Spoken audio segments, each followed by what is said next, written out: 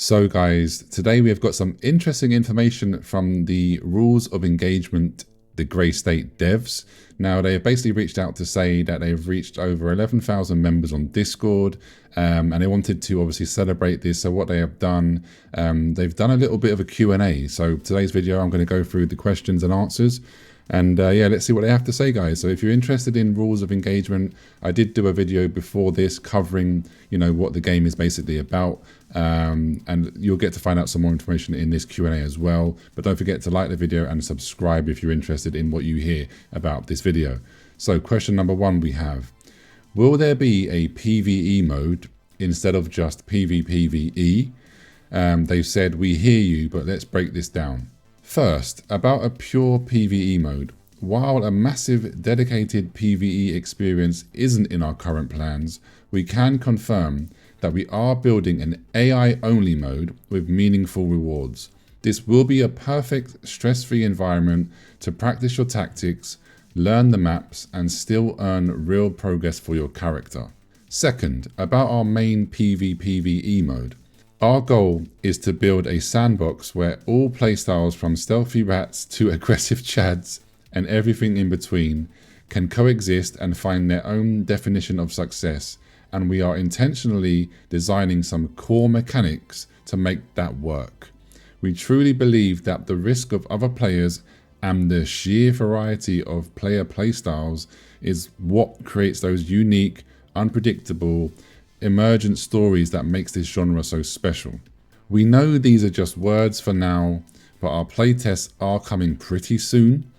We're working hard to get them ready, and we can't wait for you to jump in and try it for yourself and tell us what you think. So guys, basically TLDR is, it sounds like they're not going to be doing a PvE mode as such, but there's going to be like a practice mode with just other AI bots basically. So take that as how you want. Next question was, is there going to be VoIP? This is a tough one. We understand that on paper, proximity voice chat can create some cool organic interactions and hilarious clips. However, as a free-to-play game, we have to be hyper aware of the downsides.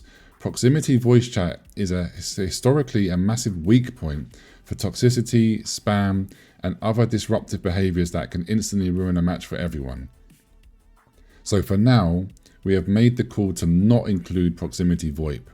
This feature will remain on hold until we are confident we have a robust solution to deal with those problems.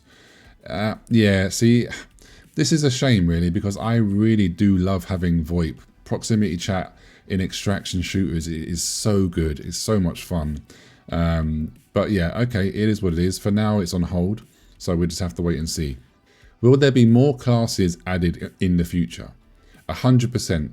We already have a 4th class deep in development, and we can't wait to show you. Feel free to theorycraft and take a guess. Okay, that's cool, interesting. I'd love to see what that's going to be. There's a lot of ideas that, a lot of things they could be doing with. Who is your ideal player for the progression system? Competitive grinders, narrative explorers, casual players, or build crafting enthusiasts?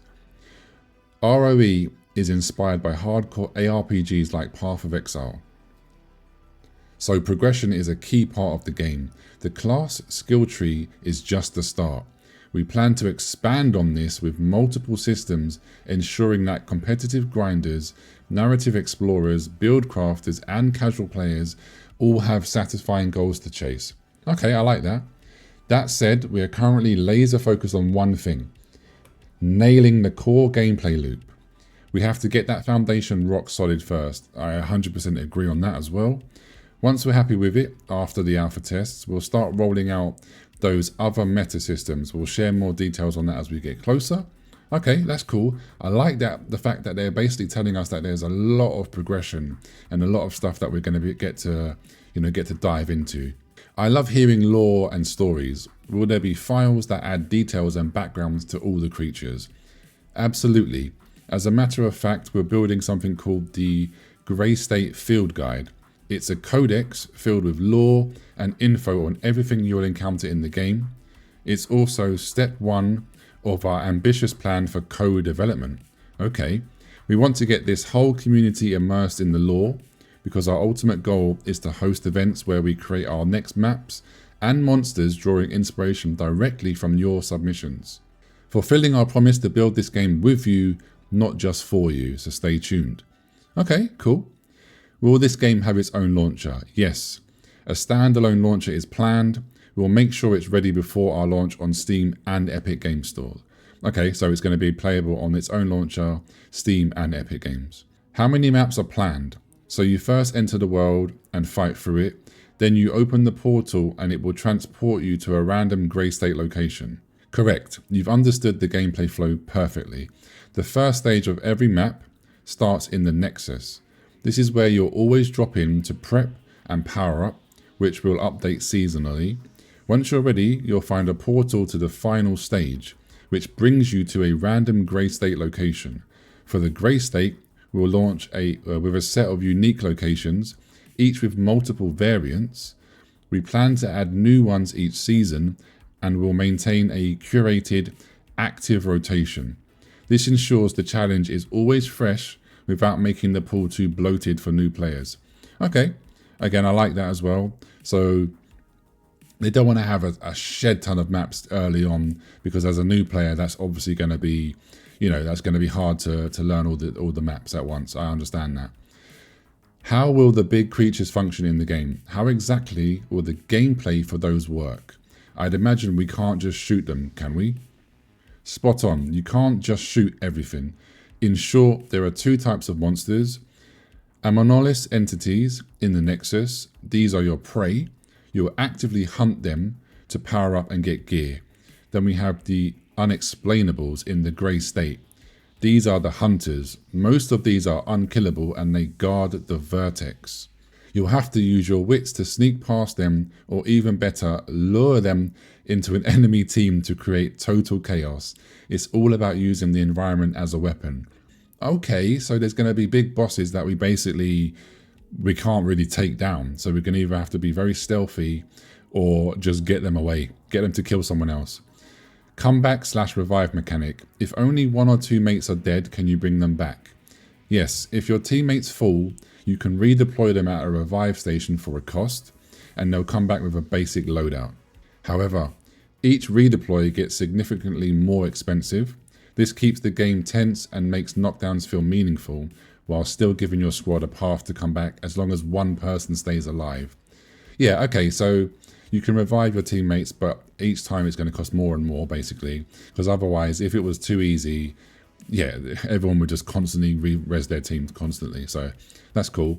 How will weapons and armor work? Will weapons have kits or mods, or maybe even rarities? Great question. We have a tier and rarity system for all in-game gear. Tier 1 M4 might just have a basic scope, but a tier 5 M4 will be fully decked out with attachments, massively improving its stats and handling. We're also developing a full gunsmith system where you can create your own blueprints with tons of customization options.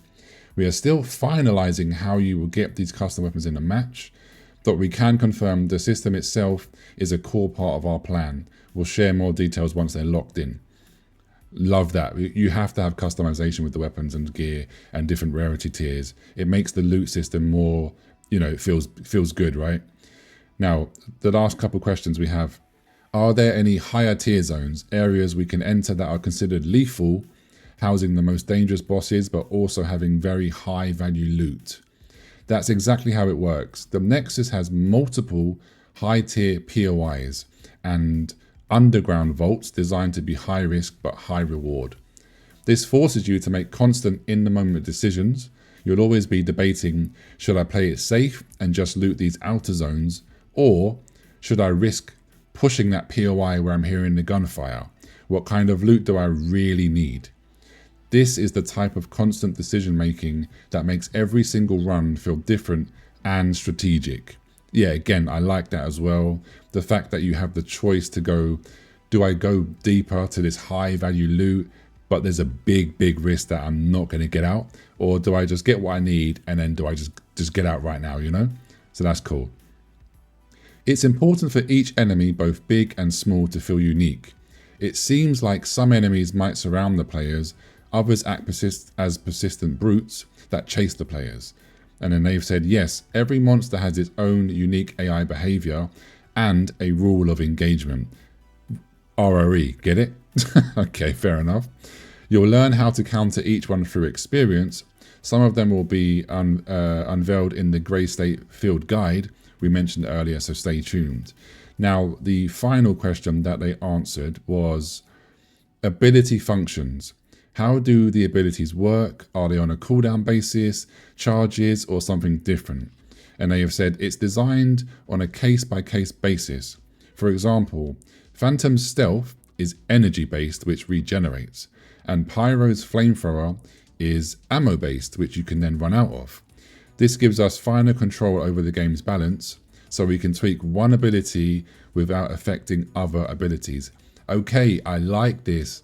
This is really interesting. So they're able, because it's based on different scenarios, one is, energy based that regens, one, for example, is ammo based. They can then tweak and, mess around with each ability on a different basis without ruining the rest of them. So yeah, I like that. So what do you guys and girls think of that? Interesting questions, and I like the answers that they've given. Overall, I am pretty excited for this new game to be coming out. As I said in the previous video, and as they touched upon in this Q&A, there is going to be a playtest early of 2026. So fingers crossed I do get in, because I really want to jump in and obviously cover it on the channel for you guys as well. But yeah, that's going to be it for today.